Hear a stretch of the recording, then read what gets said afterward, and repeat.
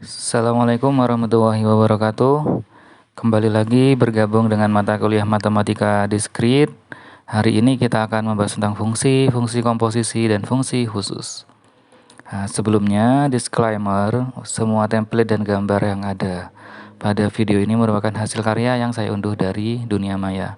Jadi bukan hasil karya saya sendiri. Oke, langsung saja ya. Apa sih gunanya belajar fungsi?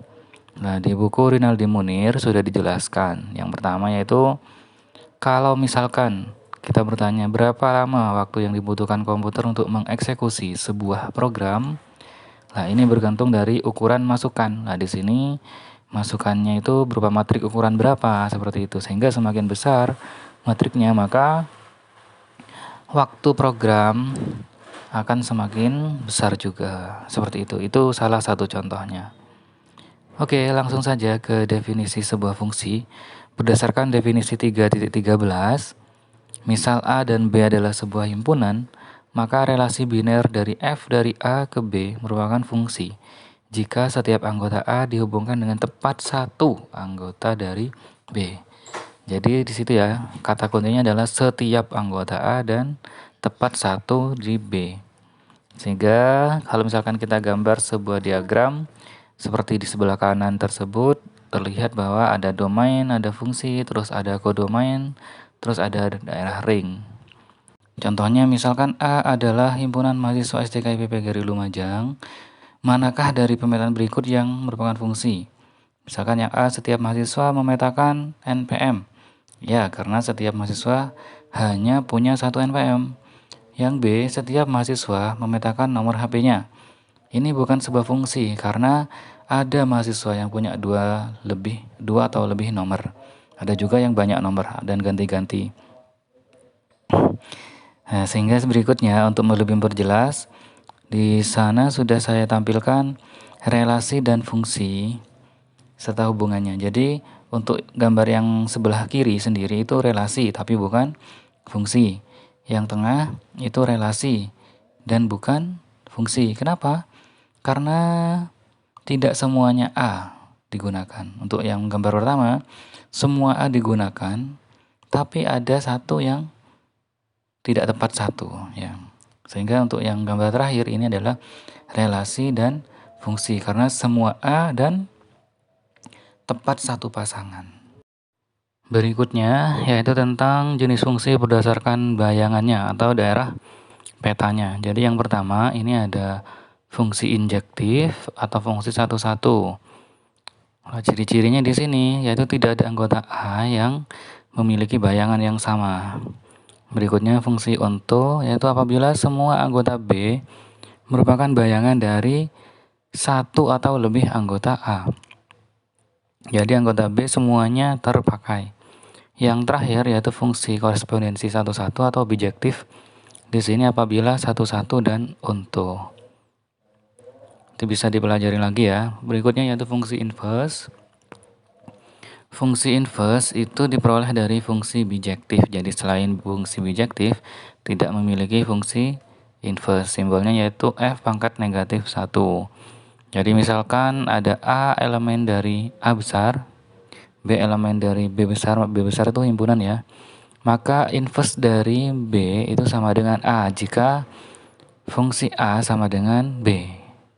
Jadi kebalikannya. Contohnya untuk soal misalkan tentukan inverse fungsi dari fx sama dengan x min 1.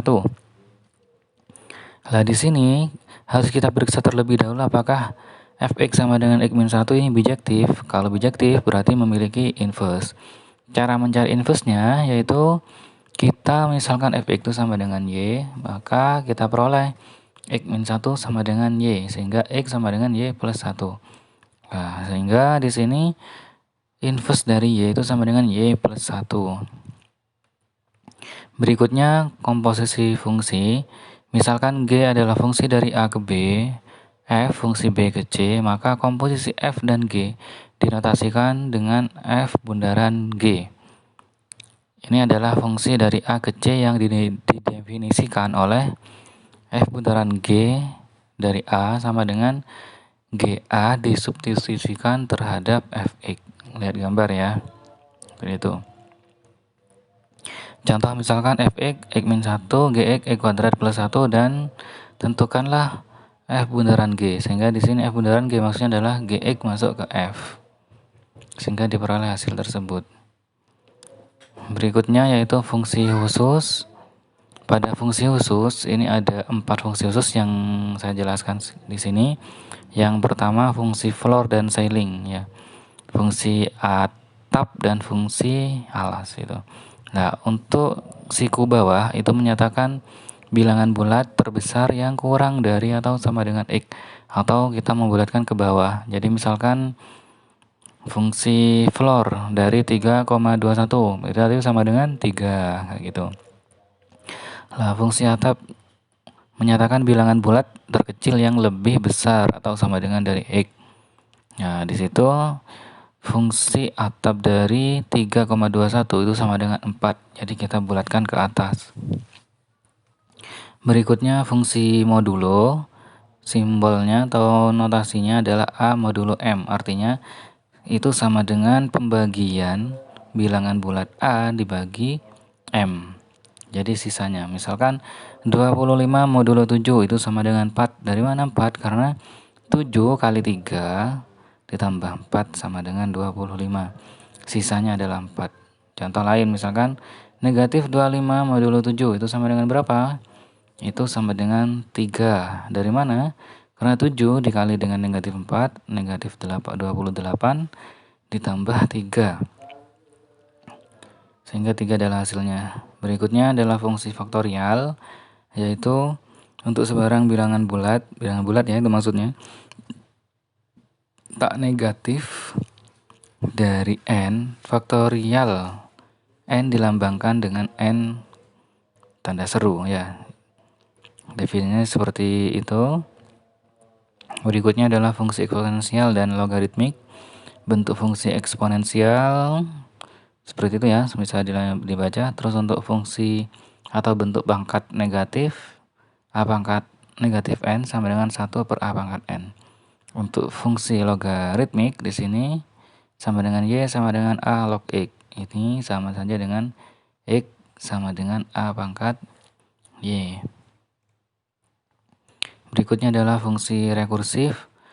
Fungsi rekursif dikatakan fungsi rekursif apabila definisi fungsinya mengacu pada dirinya sendiri. Maksudnya di sini ada 2 komponen ya. Yang pertama basis dan rekuren. Basis di situ adalah nilai awal dan tidak mengacu pada dirinya.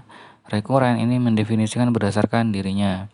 Misalkan basis di sini n faktorial sama dengan 1 jika n sama dengan 0. Rekurennya n faktorial sama dengan n dikali dengan n kurangi 1 faktorial jika n-nya lebih dari 1. Misal kita menghitung 5 faktorial.